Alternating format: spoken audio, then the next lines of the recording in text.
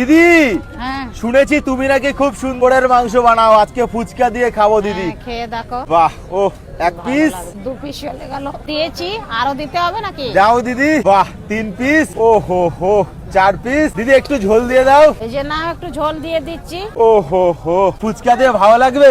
ভালো লাগবে, আরো একটু দিচ্ছি। তুমি আগে কখনো খেয়েছো? হ্যাঁ আমি খেয়ে দেখেছি, অনেক ভালো লাগে খেতে, অনেক টেস্টি লাগে খেতে। সবাই কিন্তু টক জল দিয়ে খেয়েছে, আজকে কিন্তু দিয়ে আজকে খেয়ে দেখো। বাহ, দারুণ। এখানে কত কিলো বানিয়েছো গো? এটা 5 কেজি আছে, 5 কেজি আছে, এটা 5 কেজি। একদম কষা কষা। একদম কষা কষা আছে। এখানে কিন্তু বিভিন্ন ধরনের মাংস রান্নাবান্না হয়, মাটির উনুনে কিন্তু রান্নাবান্না হয়। দেখো এখানে কিন্তু পর পর কিন্তু উনুনে মাংস রান্নাবান্না হচ্ছে, দেখতে কিন্তু দারুণ লাগছে।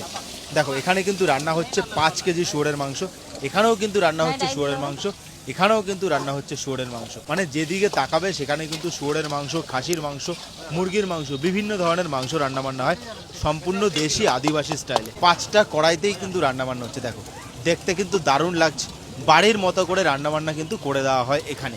এটা শুয়োর মাংস আছে। কত কিলো হচ্ছে?